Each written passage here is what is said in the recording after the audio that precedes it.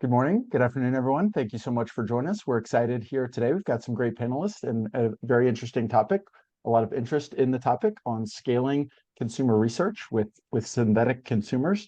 We've got a lot to cover today. We'll talk about sort of the methodology behind this and some applications and how you can use it. And there will be plenty of time for questions and answers as well. So a few logistics before we get started. For those of you that are joining us through Meetup, there is a Q&A functionality that you'll see at the bottom of the screen. You just click on the little question block there. If at any point during today's webinar you have questions for any of the panelists or general questions, go ahead and type them in the Q&A. We'll have time carved out at the end to answer these, but we'll also try to address some as we go on, as they fit in. If you click there and you see a question that somebody has already asked that you want to see answered, then give it a thumbs up. And that way it can float to the top and we'll make sure that it can get answered. If we don't have a chance to get to all of the questions today, the conversation will continue. We've got a Discord I will post a link to where you can come in and see follow-ups, see all the links posted, and continue to ask questions and continue to converse with folks there.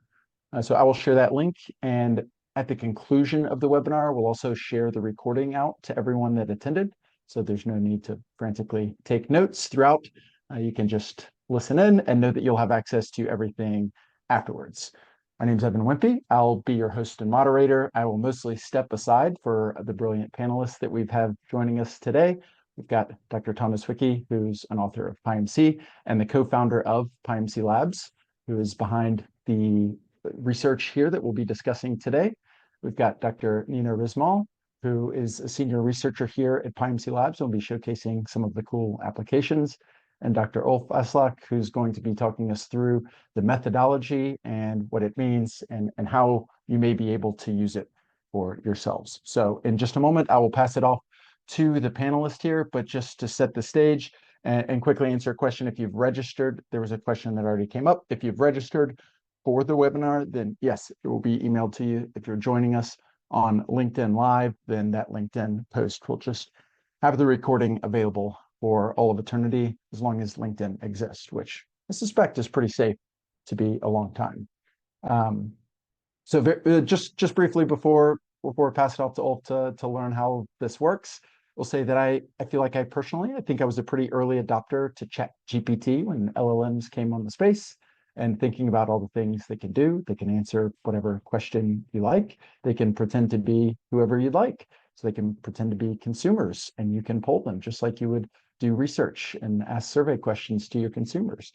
And the question has long been, yeah, we can ask them, but how reliable are their answers? Are their answers the same as what we would expect from our consumers? And so I think that's been an open question and it's been debated, and it's why this research has been so interesting. And that's what we'll talk about today is, are there ways that we can trust the synthetic consumers when we're doing our research and help us scale that research?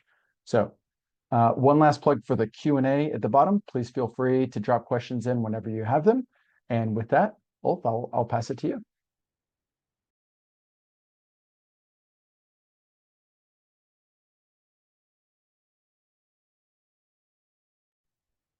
You're muted, Ulf. There we go. All right. Yeah, thank you for the perfect introduction, Evan. That was really nice. So I could talk at length about this topic, but there's a research paper. So if you are afterwards interested in like fully understanding the methodology and all the results, like you should dig into that. I'm going to give a brief overview of what we did in the research and hopefully be able to frame why using this semantic similarity rating methodology enables us to extract responses from LLMs that look a lot like responses from humans to surveys. So the basic problem that we started out with was this. A lot of companies spend a lot of money testing product concepts before they go live, right? Before you start producing a product, like you want to figure out if it's marketable. And the straightforward way to do that is just to set up a survey and ask people questions about the product concept, right? So you create some sort of some image like this, right? Which contains the idea of the product concept, some framing and like who it's for and so on. And then you ask them questions like, would you like to purchase this? You maybe administer this survey to like 200 or 400 people. And for each of these questions, you typically extract a distribution of responses on the Likert scale, right? Numbers 1, 2, 3, 4, or 5, which each correspond to some sort of sentiment. And so we figured, as Evan just primed, like, well, this is entirely digital. Like these surveys, they happen online. You could easily set up a flow for just making LLMs respond to these. So how well would they perform? And so we conducted this research together with Colgate-Palmolive. We focused on personal care products in the US market. As ground truth data, we had 57 product surveys. So these were real humans, between 150 to 400 participants in each survey that had answered a multitude of questions relating to different product concepts, right? Some of the product concepts were AI generated, some were human generated, and there's like an interesting result in the end on that, I think. And then for each survey respondent, we knew things about them like age and gender and other demographic variables. We used GPT 4.0 and Gemini 2.0 Flash for the research. They were frontier models at the time. So it's not that we were out of money or anything. Like they were the best models at the time. And we only queried purchase intent. So there were multiple other questions that were asked to participants, but we focused on a single one just to get sort of a clean research approach. Yeah, and as I said, the basic question was like, can we find a setup with which we can elicit responses from LLMs that give us the same insight as asking real humans about the marketability of these products? So we had to set up some sort of success criteria for how we measure the performance of LLM responses. So there were sort of two main metrics that we used. The first one was just comparing like the shape of the response distribution, right? So for each product concept, you would get a distribution like this, saying something about like where responses to this question about purchase intent, how likely are you to buy the product, fell on this 5-point scale. And obviously, like if the synthetic consumers did a good job at reproducing human data, you would expect that distribution from the synthetic consumers to look a lot like the distribution from real humans. Another metric that we also used is the correlation between the average purchase intent from synthetic consumers and real consumers across product concepts. So in the scatter plot here on the right, each point is a product concept survey, right? And so for each survey, we extract an average purchase intent from the human participants and the synthetic consumers, the LLMs. And so those points should, in principle, lie in a straight line, then you would get perfectly performing LLMs. But that's obviously not possible, right? If you asked the same 400 human survey participants the same questions at another point in time, like that you would not get perfect correlation either. Humans also have a sort of upper bound on the test-retest reliability. So we needed a way to sort of figure out what that number was. Like how well do humans reproduce their own purchase intent? And so briefly explained, and there's more details on this in the paper, but we just basically took, say if there for a given survey was like 400 people that had taken it, we would split that in two at random, and then have a control group and a real consumer group or a test group, and then you would produce a point in this two-dimensional space, right? You do that for every survey, and you create a scatter plot, you get a correlation coefficient. And then we repeated this randomization of control and test cohorts from the real consumers, and that gave us an estimate of the upper correlation bound, which was about 0.8. So that, when I talk about accuracy and when we talk about performance, is like how close can we get to this theoretical upper limit of like test-retest reliability. So when you design synthetic consumers, the naive method is just to ask them, like you would ask a human about the product concept. So the naive approach is you create a synthetic consumer, you prompt them with some demographic information, like you tell them who they are, where they live, how old they are, how much money they make, and so on. And then you serve them the product concept as an image stimulus. These models have OCR capabilities, so you can just give them the image with the text. That works pretty well. And then you ask them a question. And you also prime them on like the response format. And you can do this using structure generation or just like schema enforcing or just like hoping that it only responds a single number. It's actually fairly straightforward to do.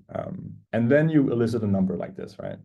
So this is a pretty simple experimental setup. It's fairly easy to implement, and it's the naive approach. And when you do this and you average the purchase intent, you can get a correlation between real human purchase intents and synthetic consumer purchase intents across your different product concepts, 57 here. That is pretty good, like 0.66, that reaches 82% of the theoretical upper limit, this test-retest score. And that's not half bad, but there's a problem here, which is that the response distribution produced by the LLM is very much regressing to the mean. So we were not the first to observe this. We cite like 4 other papers that see this as well, not just on the 5-point Likert scale, but also on like a 50-point Likert scale and so on. LLMs, if you ask them to give you a number, they'll just give you like something right in the middle. So that's a huge problem, right? One of the things that follows from this, because you could argue that like, well, that doesn't matter, right? We just want the average purchase intent, and if that's good, I mean, aren't we done? But it's still problematic because the responses are going to be like the average purchase intent is going to be very brittle. It's going to be sensitive to the specific model that you use, the version of the model, like wording in the system prompt, and all sorts of other things. Even like just the response set. We found that you would get widely different results if you said that it could respond 1 to 5 or 0 to 4, or like just allowing it to respond to different reference statements on the Likert scale. We would get widely different distributions. So this is just not viable. It's not a sufficient solution. And so we had to come up with something else. And so that's the gist of the paper, is this method called Semantic Similarity Rating.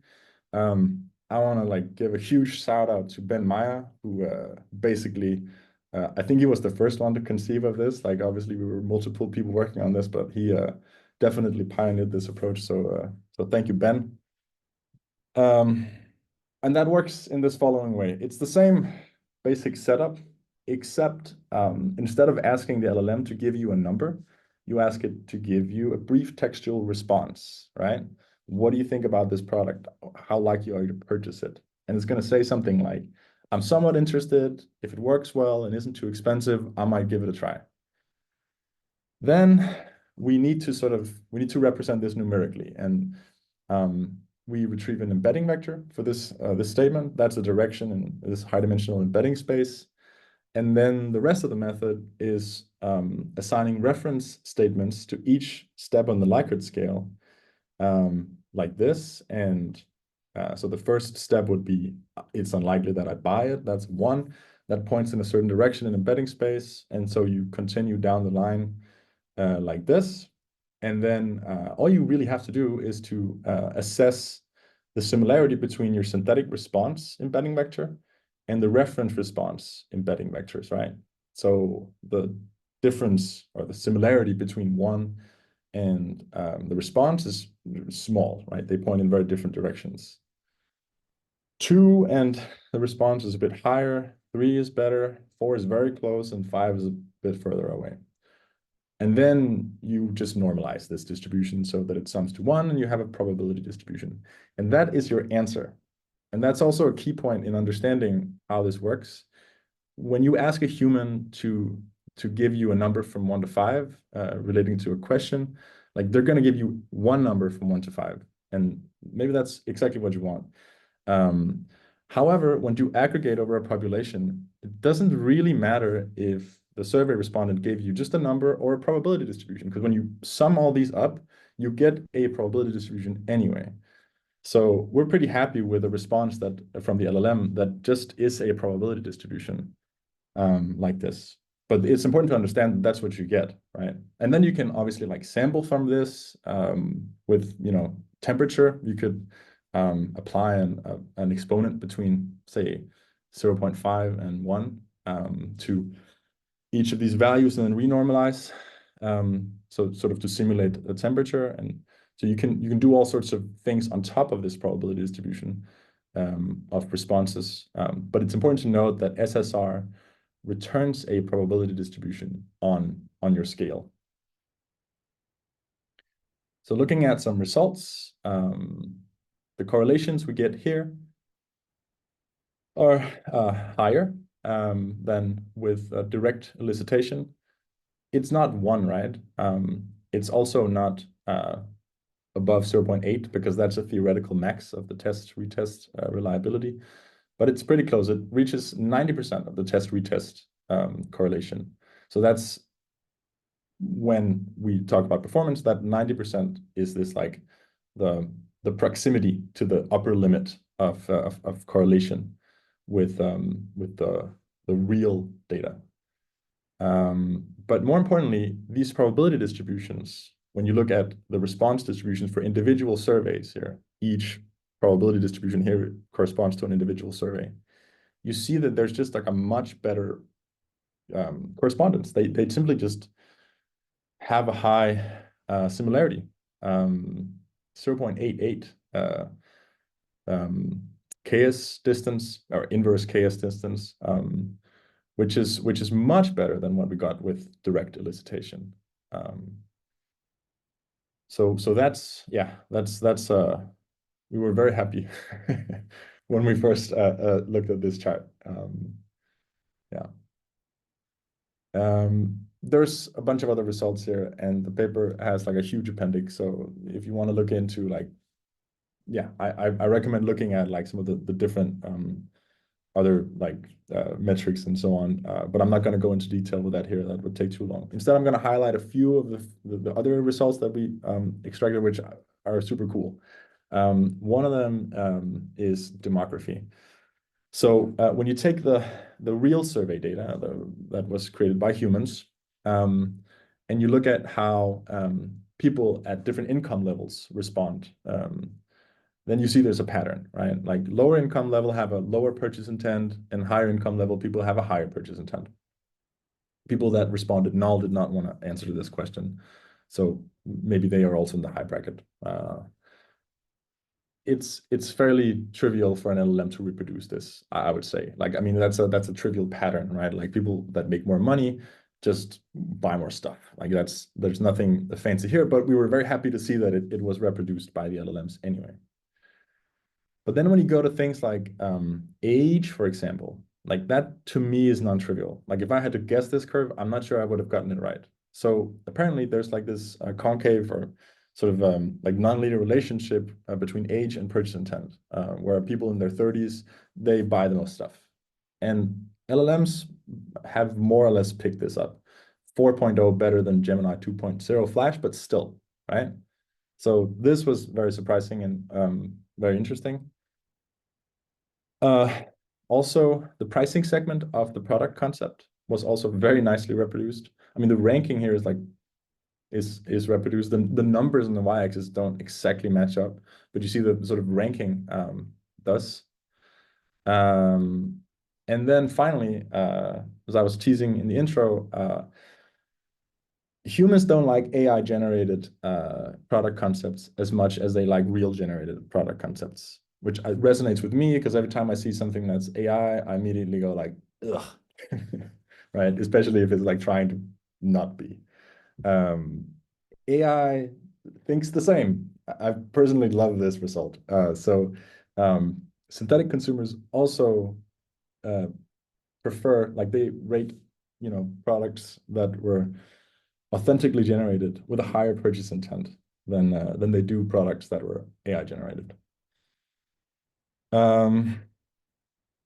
So there's a bunch more results, but I think maybe we can return to those when there's if there's questions or so on. But I hope this presentation explains and frames the method fairly accurately. And let's leave some time for discussions, for questions, and so on. So yeah, I'll conclude here. Thank you very much. Oh, thanks so much. We've got a few questions in the chat here. The first, I think we might have covered it with that last section, but we'll pose it again in case there's other things you want to say. Doug asked how we're deriving distributions. Like, are we setting up n equals 200, some number of synthetic respondents with varying demographics amongst those? Sorry, I had to find the QA panel.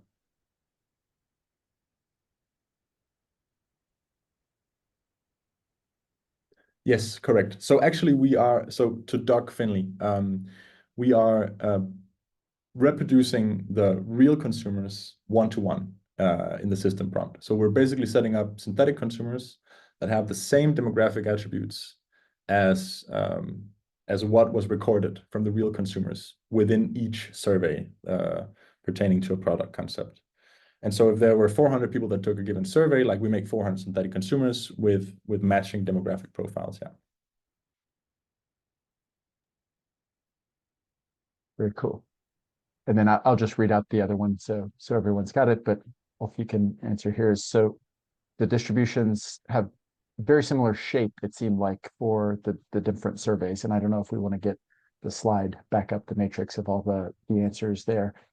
And so was that just a coincidence of the type of products that we were testing? Were there any products where the shape, the distribution looked very different, where users just did not want to buy?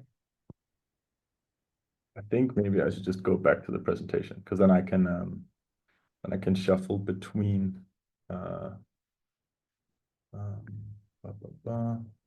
While you bring that up, I'll just mention this one thing we tested, which was like an extreme case of where we would expect low purchase intent, which was like fecal flavored toothpaste, and neither human subjects nor LLMs were willing to buy it. So that's where you see a big difference in the distribution. Yeah, so this one, for example, that shows response distributions for different, actually, that's not the one. Here. So there were definitely products that like neither humans nor LLMs liked. But one thing we noticed in the data was that humans they have a strong positivity bias, especially when it comes to price. So like when something is framed as expensive, people will like the distributions typically will lean towards smaller purchase intent, but you'll still have this peak around 4 or 5 for humans. And there we observed LLMs were much more direct in not exhibiting a positivity bias, for example.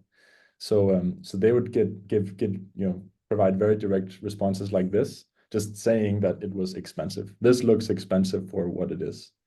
And so there's an argument to say that why are we even testing against human data? I mean, it's commonly known that the humans are also not the best at responding to surveys, especially in like anonymized settings, right? Like what's your like why would you not just like click to a survey really quick and get the reward at the end? Like obviously you have to pass some criteria and there's ways to sort of correct for that, but still like humans are not the best test subjects in these types of settings. And so we saw examples also where you get arguably better results from an LLM than a human. Yeah.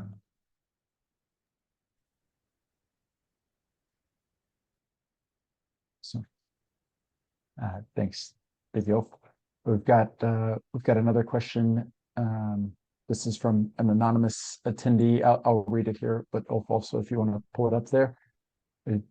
found that even when explicitly prompting for honest feedback or adjusting the temperature, LLMs tend to converge on similar positive or neutral positive response structure. So I think that's some of what you showed when we asked for to elicit the Likert score directly. But can you share any insights on how your methodology successfully elicits a full and realistic spectrum of consumer intent, including genuinely negative or indifferent responses before the SSR rating is applied? Yeah, I mean, I think that's what's shown on the screen, right? Like, for example, here you see in orange that for the first survey, that there's a lot of low purchase intent answers. So that's, I guess, how the method is that you do see these differences in the distribution now finally show up. And yeah, I mean, so overall, there are definitely differences between them.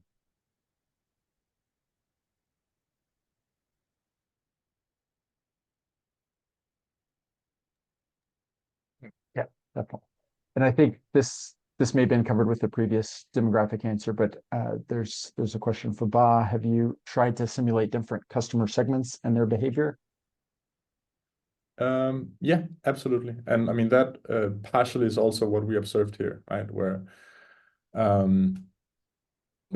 yes and no, I understand the question, and this answer is not spot on. So like, I'm gonna say like kind of, right? Because when you do set up demographic background for the LLMs, like you're kind of simulating different segments, and each of the surveys did correspond to different segments as well. And so, if the question is like, can we reproduce the behavior of different segments? I think to a large extent the answer is yes. But of course there are also like limits, which I'm happy to discuss, because I think that's actually very interesting, right? Like what else can you use this for? Like, are there certain customer segments that don't lend themselves well to this type of approach? Yeah. Yeah, I think that would be a useful place to take a discussion here for maybe a couple of minutes. Are there places that sort of wouldn't lend themselves well to this? Or thinking maybe not even about customers, about, maybe you could talk for a moment about sort of the industry vertical use case, and if your thoughts on extending this to other use cases or different demographics, and how you would think it would work, or things that you would need to think about applying it sort of outside of the personal care and the demographics that were tested here. Yeah, thank you for asking me my favorite question, Evan. So yeah, I think this is almost like a conversation that can be had about like the sort of fundamental limits of large language models, which is super difficult, because you fall into like one or two buckets, which is that like one, like they could do everything, and the other one is like overly pessimistic and look at all these constraints. And I think really what's happening is that these very large neural networks can compress enormous amounts of information, more than you can even understand, right? So that is how, during pre-training, and a large language model can pick up on a pattern like this purchase intent for some like kind of random personal care product as a function of age. Like, how does it have that information? Well, it does. It has that information because it must have seen it during pre-training, right? We didn't do any fine-tuning here. We didn't do any like reinforcement learning. We didn't even really do any prompt tuning. I mean, not that much. It just kind of worked, right? What does that mean? It means that LLMs kind of know, because probably they saw during pre-training, the attitudes of many different types of peoples towards many different types of consumer products. And that's hard to fathom. And it's also not entirely trivial to, elicit. We have to use tricks like SSR, but it's possible because it's in there. So this is my favorite question, because like I don't know the answer to it. So we can talk about it for a long time, and every time I talk about it with people, they bring new perspective that I think is super interesting.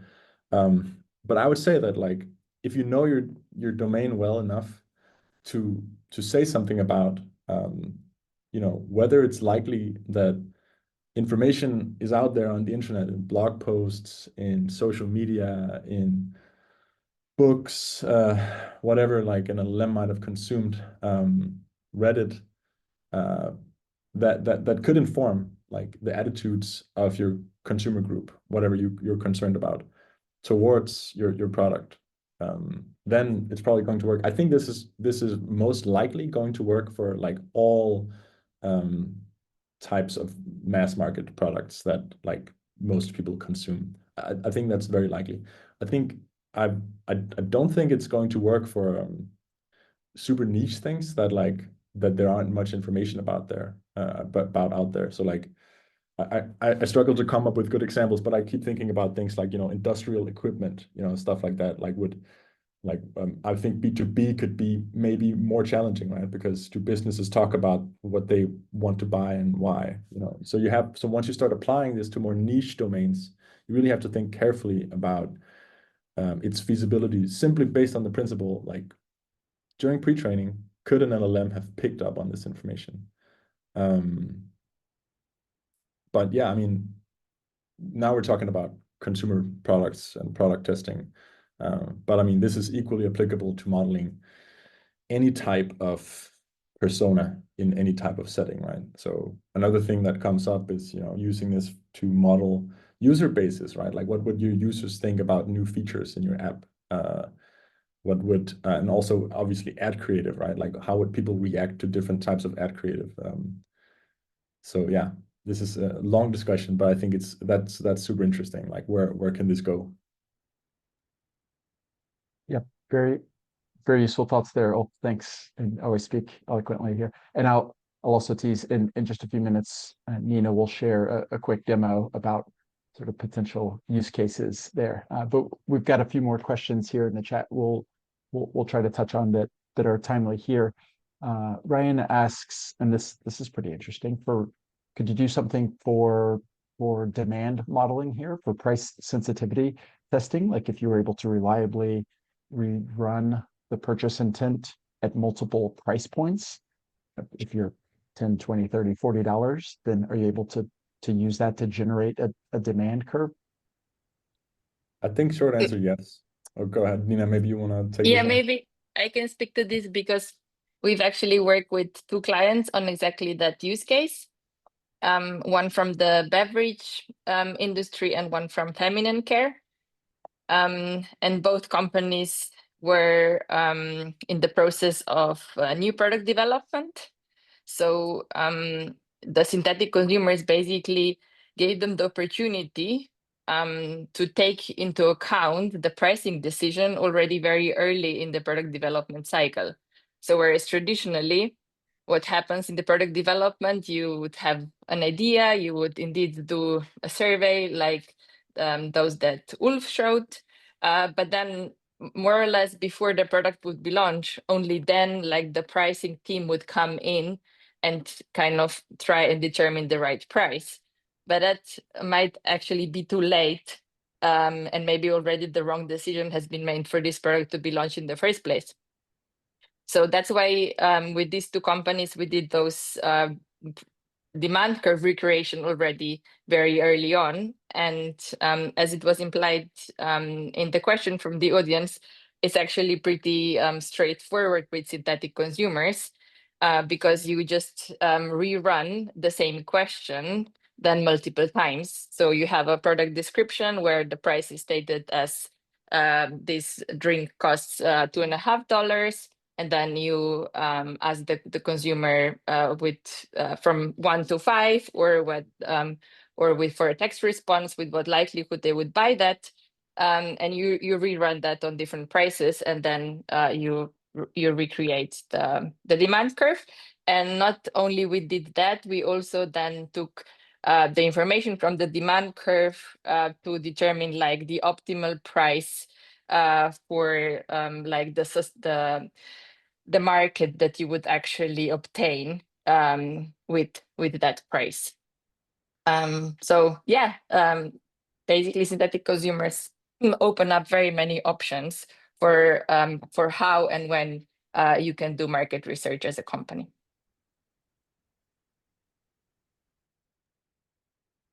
Perfect. Thank you, Nina. We'll get through a couple more questions here, and then showcase a short demo reminder. If you've got questions, drop them in the Q&A section. If you're in there, give a thumbs up to the questions you like the most and float them to the top to make sure the panelists have a chance to answer. We've got one from anonymous attendee. Could you explain the strategies that you found effective for generating a distinct and varied panel? So for like the prompts that you use for the persona, do they include detail beyond the standard demographics? Are there psychographics or behavioral analytics or specific need states? Or are we feeding in just the basic core demographic information? Just the basics, which I think is important because that also shows that we can do more, right? But even just with this basic setup, we can reproduce the ranking of product concepts pretty accurately. So there's research that we came across in a literature review where like people have shown that like LLMs are like they give better response distributions when you give them a lot of background information. So I'll just say like I think that's a brilliant approach. And if you want to build something like this in production, like you should definitely think about doing that because I think that's a great idea. It does create variance and so on, but you also have to obviously like do it mindfully so that the extra information that you provide your LLMs about their background corresponds to the user segments that you want to model. But no, we did not do that. Exciting. Future potentials.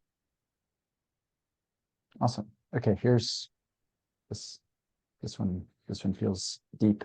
Do we have from Doug? Do you have an initial view on why the SSR-derived LLM outputs have a good correlation with real survey responses?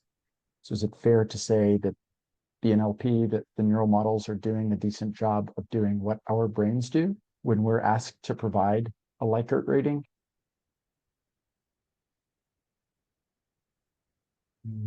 I don't think that's the case. I really don't think these that neural networks in general work much like brains, even though there's like many analogies. I mean, of course, in some ways they do, but in other ways they're also just interpolative information retrieval machines, right? And as I said previously, like they're so vast that they make it look as if they're doing like human things, but there are also tricks to cause them to break down and like behave in strange ways. As we also saw when we asked for a direct Likert rating, which I think is the example that like proves that this definitely does not happen. That if you ask the LLM for a score, it has no idea what to do, right? Because it just never learned the relation between sentiment and like Likert ratings during pre-training, because I guess there's not that much data on that on the internet. Like that's my guess. Otherwise, like it wouldn't regress to the mean all the time. I saw a post on LinkedIn yesterday where someone like said like if you ask an LLM for a number between 0 and 100, you're gonna get 47 regardless of which one you ask. And I guess now you're all going into ChatGPT to ask that question. But that's the case, right? They always give you 47 because they're not like they don't do that well, right? So in order to get from them what you want, you have to think carefully about your setup. 47. I was thinking the same thing. That's the number I would have come up with too. Well, we all know you're a machine. No, I can't be a machine. We've already established that people don't like AI-generated outputs, and AI doesn't like AI-generated outputs. So if you're AI, you've got no friends. Okay. Yeah, I think thoughtful answer. Oh, thank you. And why don't we take a quick pause? We've got a couple of other questions that have come up in the chat in the Q&A. If you've got more questions, please go ahead and put them in there. But why don't we take a moment? Nina, do you want to share your screen and do a quick demo about a fun use case that I think a lot of folks will find applicable? Sure, I will do that.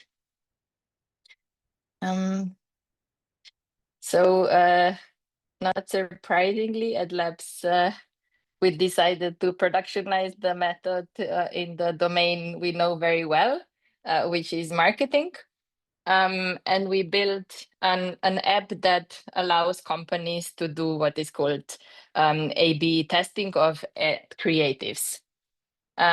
We have the option of testing these creatives with both methods that Ulf presented today.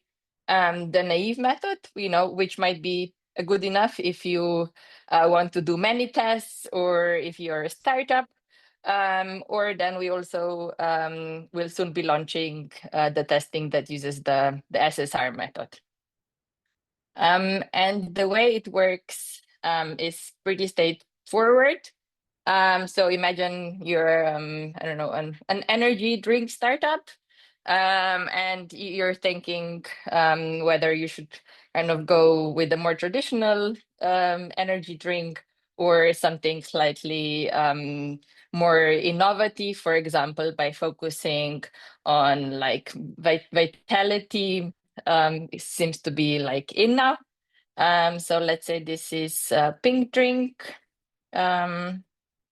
And so it's an energy drink with focus on vitality. And then you, of course, upload the creative you have generated. At the moment, we support A/B testing between minimum 2, but up to 5 creatives. So your other drink is just the traditional, traditional energy drink. And then here I upload my traditional energy drink and edit.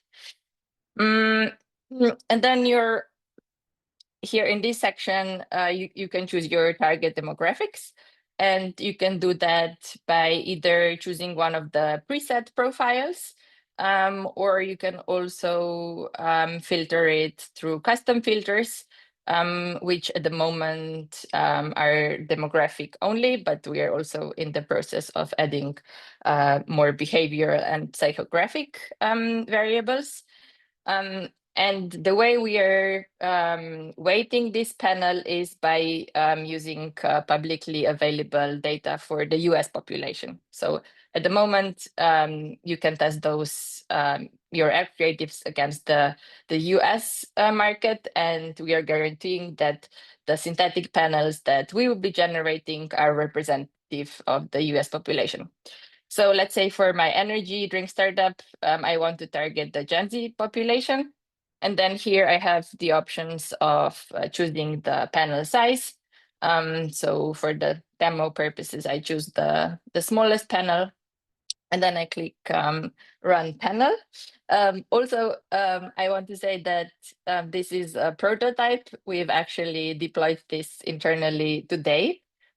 So when we actually launch it, it might look slightly different and be even smoother, but I nevertheless wanted to share that with you today to see how kind of the science that Ulf had been presenting actually works in reality.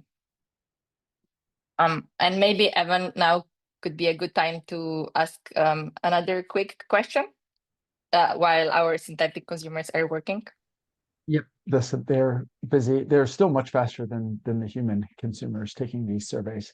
I will, this is going to be one of those I'll talk for just a moment, and then at the end, just stick a question mark at the end to force it into a question. But in my mind, I'm like everyone else. I see a lot of AI generated ads out there now, and I feel like in recent years it's gotten faster and cheaper for organizations, marketers to be able to generate the creative, but it's been just as hard to do the testing and scale the research about how quickly you can learn about which creatives are performing well. And so this feels like the potential answer to that, where you've got multiple creatives. You can generate as many creatives as you want on a Tuesday afternoon, and now we can apply those. We can test those in a way that we've shown can be reliable to see how they're turning out. So you sort of are scaling the testing along with scaling the ad generation. Is that a fair way to think about it? Yeah, it definitely is. And funny that you mentioned this, because we actually also have a prototype where we connect these different steps in a marketing department. So you can even like generate an ad with our AI experts. So we have simulated, like through a similar, though not exactly the same method as we have simulated consumers, we also simulated experts, which help you to design an ad. I haven't used them obviously for this demo because the ads are pretty basic. And then we allow you then to feed those AI expert generated assets into then the testing pipeline. But that's just a side note. So what do we see here? We see that the pink drink, the Vitality Energy drink, is more preferred for our Gen Z target population. And we have broken down their performance into 4 key metrics. So the first one is awareness, which in marketing is related like to recall or to whether you will memorize this ad later on. Then the second one is related but not the same. Here we call it likelihood to view, but what it means in reality is, will you even notice the ad in the first place? Then the relevance measure, how relevant that ad it is to you as a consumer. And then it's the uniqueness score, which measures how unique and different it is to everything else that you have seen. So you can then compare those 2 metrics among those 2 ads or more if you have put them in. And ads, I think we also have here a section where you can actually remind yourself what it is that you were testing. And at the end, we prompt also the synthetic consumers to come up with like a few quick recommendations on how you could improve those ads.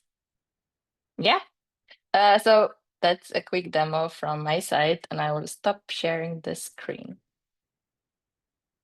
Cool. Thank you very much, Nina.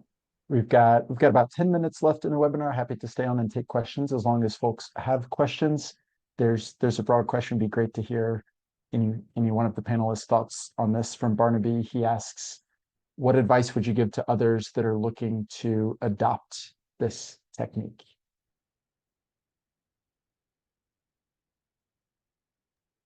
I can take that one. Yeah, so definitely think about applicability in your domain, right? Think about whether it's reasonable to expect that an LLM might actually have learned something during pre-training that you might want to extract. I think that's the very first thing. If you have any kind of ground truth data, like conduct your own research, right? Like, I mean, this experimental setup wasn't very hard. It's basically a 0-shot supervised learning problem.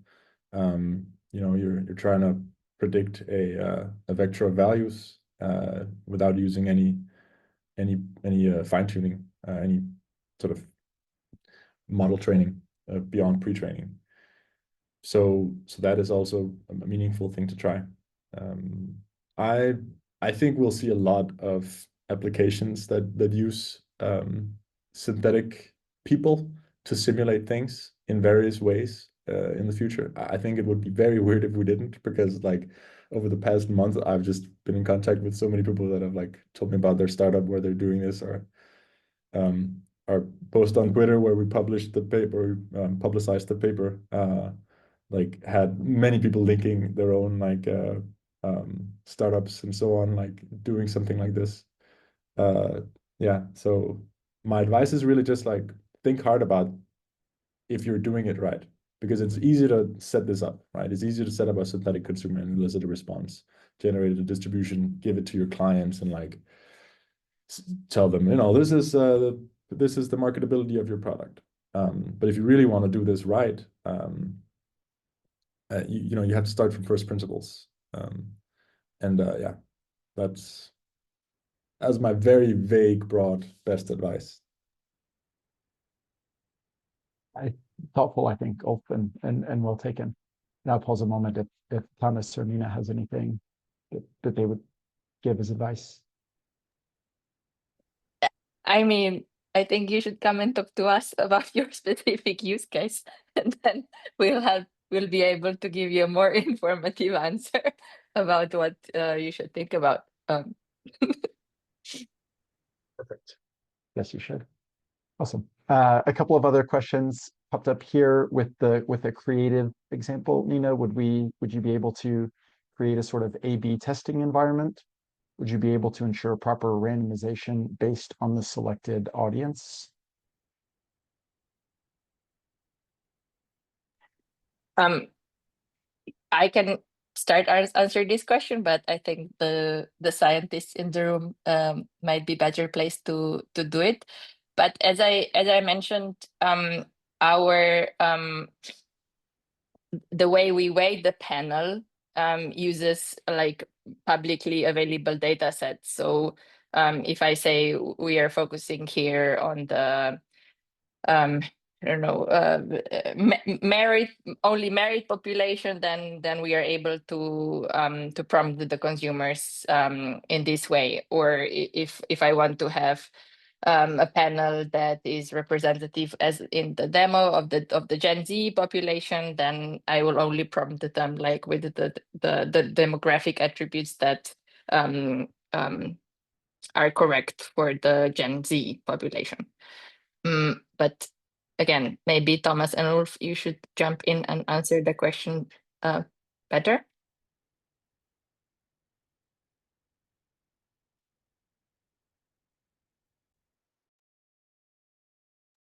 It's a staring contest between me and Thomas. Do you want to take this, Thomas? No, I think actually Nina gave a great answer, but if you have Yeah, I also feel that your answer was very nice. I can't add anything more clever. Well done. All right, we've got a question from Doug. Have you done any work yet to validate other metrics against human responses? And then I mean, I'm thinking the SSR original, the research that you presented was on a Likert scale for purchase intent. And then the creative testing, you know, had a few different human responses questions that we're trying to answer. So maybe are there other metrics that we've thought about, or how do we think about generalizing to other questions? We tried on other questions in the survey. So like something like relevance was also really well reproduced. Like we could basically just plug that other survey question, querying like whether or not the product seemed relevant for the individual taking the survey, and get almost as similar results basically. So I think it has generalizability just based on that one data point. But I mean, if you want to go ahead and test this, there's like actually a lot of supervised data out there on the internet if you think about it, right? I mean, you could take this to Trustpilot or like other review sites, right? Yelp or Booking.com, and like you could the product concept could be the hotel or the product reviewed, right? Amazon reviews, and then the outcome could be the score given. There's even oftentimes information about the user available, which could be something like number of previous reviews, but you also usually have a thumbnail of their profile picture and so on, which carries information about their demographic background and so on. So not that we have done it, but definitely thought about it. And once you start like once you open up this the gates of creativity, then like you can imagine many places where you could actually go and validate this without having to get data from a company or do much manual labeling. That's a great point about being able to validate it with data that's available, that's out there. It's great. Let's see. Well, I think we'll take this last question here and then wrap things up. I did just drop a link to a Discord in the chat. So as a reminder, if you want to continue the discussion, you want to ask questions, you want to share your thoughts, then please feel free to hop on the Discord there, and we'll be there to help answer questions. And a final question here, beyond research, where do you think synthetic consumers are headed? We're working with clients in different industries on any specific business applications. And I'll take the latter part. I don't know that we're able to share the specific clients and specific business applications directly, but I think we can maybe speak generally about where we think synthetic consumers are headed. I think the marketing is definitely a great place for the application of it, which is essentially similar to what Nina has showed. And yeah, so evaluating creatives, then you can think of combining that with marketing mix models, for example, and like really, what do you do with those insights, right? And those data that you get. So I think there's going to be a lot of great ways of connecting this with other parts of the whole pipeline. One other idea is obviously, I mean, here Nina showed that you upload the creatives, right? And now you might think, well, I mean, do I want to do that? Maybe I just want that to be AI generated too. Probably that's what you're going to upload in the first place. So then you have AI generation of the creative, and then you have evaluation, really high quality of that. So those two pieces together, I think, are really powerful. Once you have them together, it's pretty natural to think that you might want to put those into an optimization loop, right? And then you just like have the evaluator and the proposer of new ideas, and they just like run in a hot loop and spit out like something hopefully really good at the end of it. And yeah, so I think those are like really interesting directions to go in, but there's definitely more.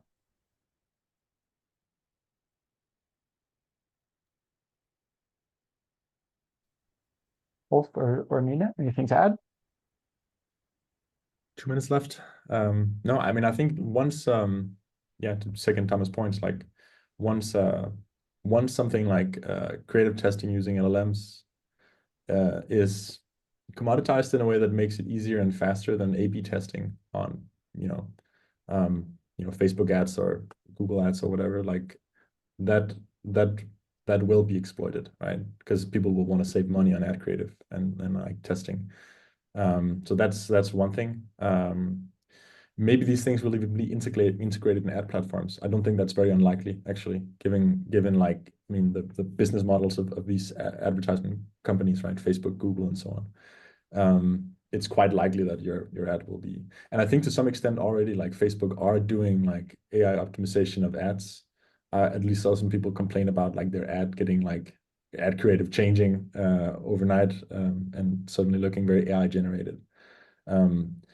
Yeah, and so I think we're like in the early days of applying language models at scale to do, human like population simulations. I think we're at the very early days of that.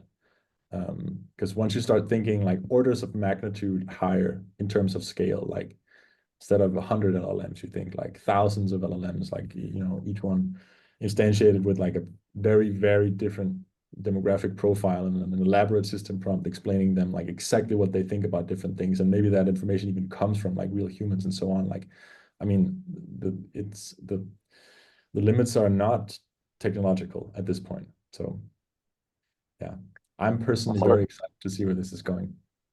Yeah. Politics is another area where I think people will start doing this for better or worse. We'll see, but definitely has huge applications. Perfect. Great thoughts, everyone. Thanks, everyone, for joining today. Hope you enjoyed. Hope you got a lot out of it. Hope you're thinking about ways to apply this in your own world. Join us on Discord and share your thoughts, share your questions. The recording will go out shortly, and stay tuned for the synthetic consumer tooling to come available so you can hop on and test. Thanks, everyone. And thanks to our panelists. Thanks, everybody. Bye.